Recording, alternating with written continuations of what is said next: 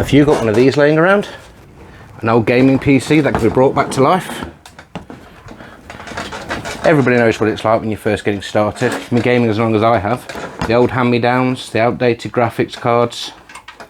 This PC is set to go to a friend of mine who just wants to get into PC gaming, and it's just been put into a new case.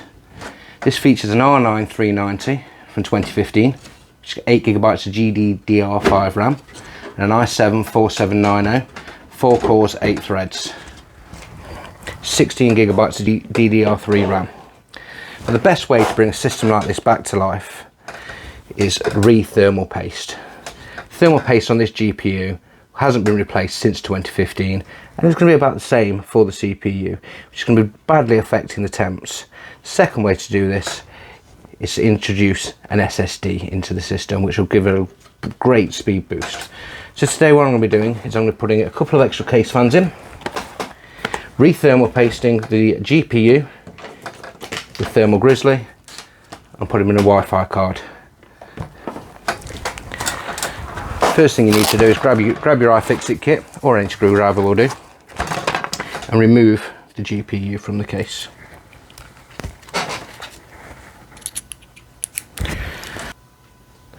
So the first part of re-thermal pasting the graphics card, especially the R9 390, is to find the back plate.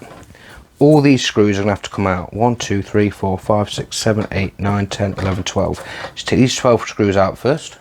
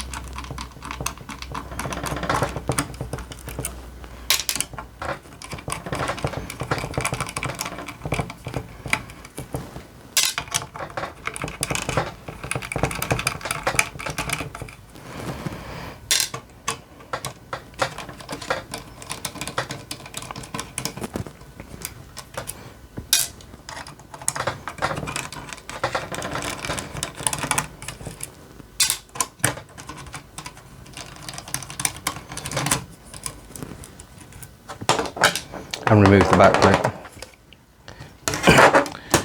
Next you need to remove these 4 screws here, which is what's holding the heatsink onto the processor. This little sticker here says, if broken, warranty is void, but I'm guessing your warranty has been void for a good few years if you re-thermal paste an old GPU.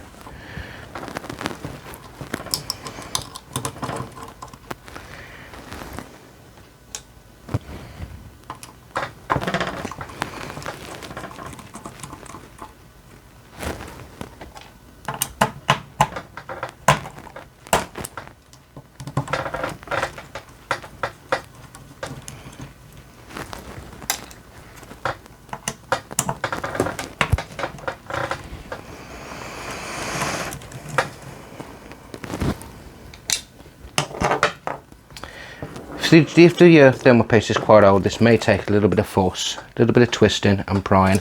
It will come apart, just be gentle. Once this is done, there are 2 clips, 2 cable clips. Gently take these out. They will come. Come on, don't fight me. Maybe get the other one first.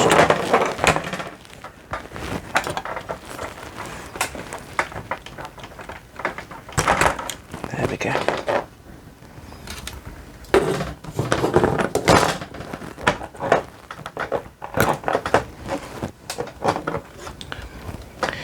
You can see the die here and the old thermal paste, which is not actually very much left at all, and the old heat spreaders on the VRAM.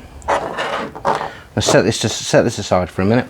The first piece I'm going to work on is the heatsink itself. Now the best way to do this is with a little bit of kitchen roll, because you're not going to damage anything on this side. Get the bulk of the old thermal paste off.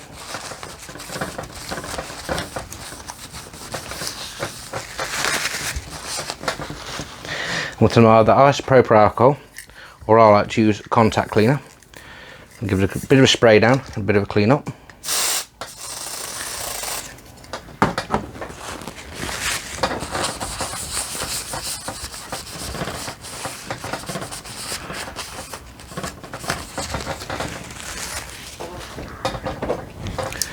With can of compressed air, this heatsink's not too bad. We're just going to give it a bit of a blowout to remove any old dust and dirt.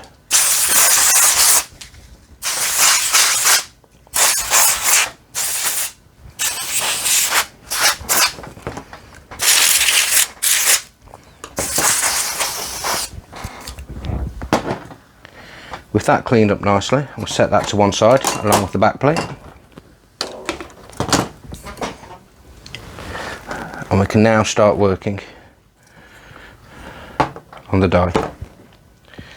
Now you do not want to use kitchen roll or anything else on this. What you need to be using is something quite delicate and gentle, like cotton buds. Very, very gently remove the old thermal paste.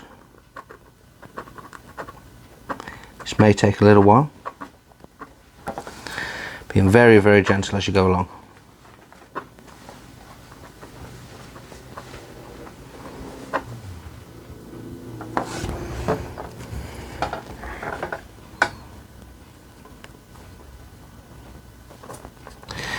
Now you see a lot of excess around the side because this card was actually re-thermal paste a few days after I got it. So the original thermal paste you got from the factory was never the best.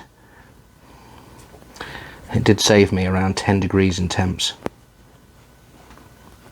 So I'm not so bothered about the stuff that's spilt over the side. It's not going to harm anything.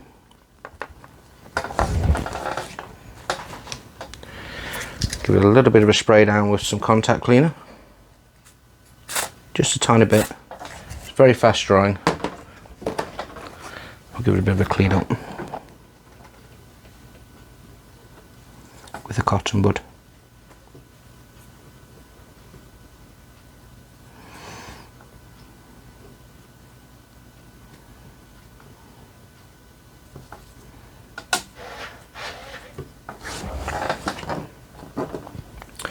Next stage, I'm going to blow out around all these heat sinks. Thermal pads.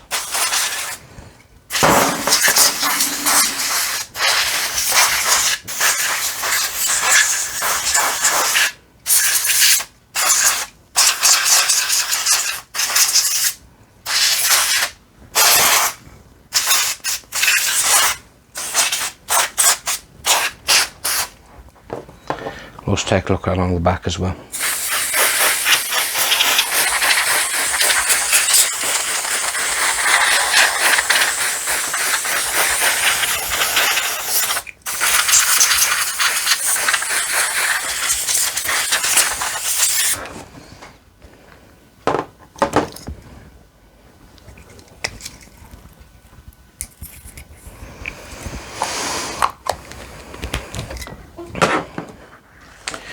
Now here are some Thermal Grizzly, just a small tube.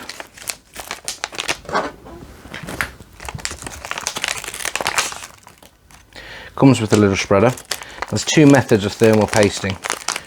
One is either using a dot in the middle, or some people like a cross, and letting the compression of the heatsink do the work. Other people like to spread the thermal paste evenly with a spreader. No method is wrong, it's just personal preference.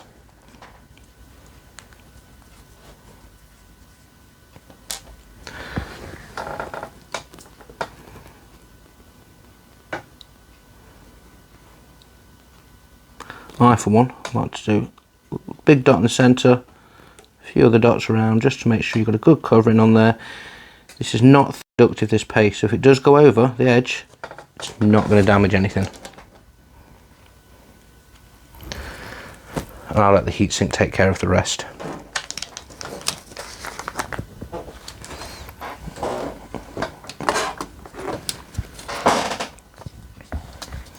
First thing I'm going to do is I'm going to re-plug in these cables, because once you've got the heatsink on, it's going to be very, very difficult to do otherwise.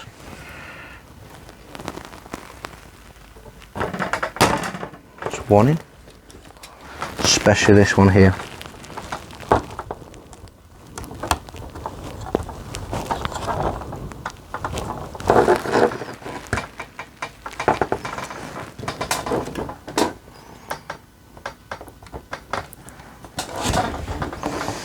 What we want to be doing is just getting that lined up nicely with the holes on the back plate, just there.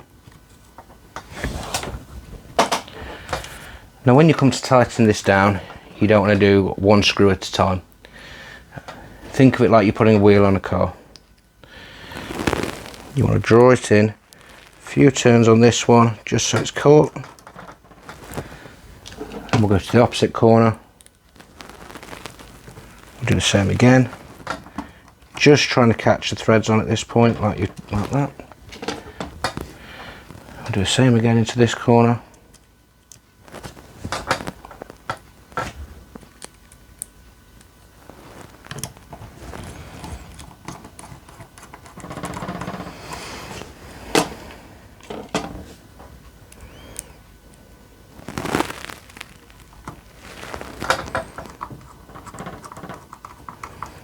And now we can start to tighten down. This doesn't need to be overly tight, it's got springs on it for a reason.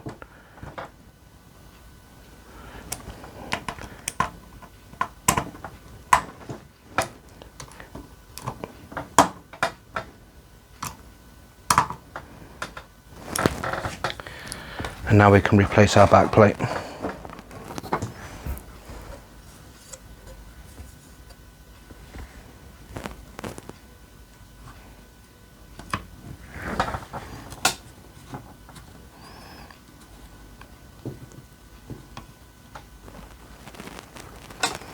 Just check as you put the back plate back on that all the screw holes line up.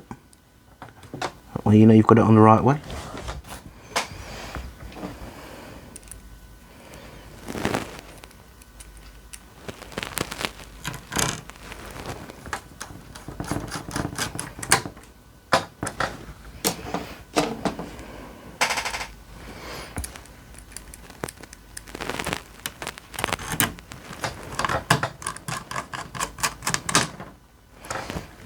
And again, I'm not going to do all of one side then the other. I'm going to dot them around.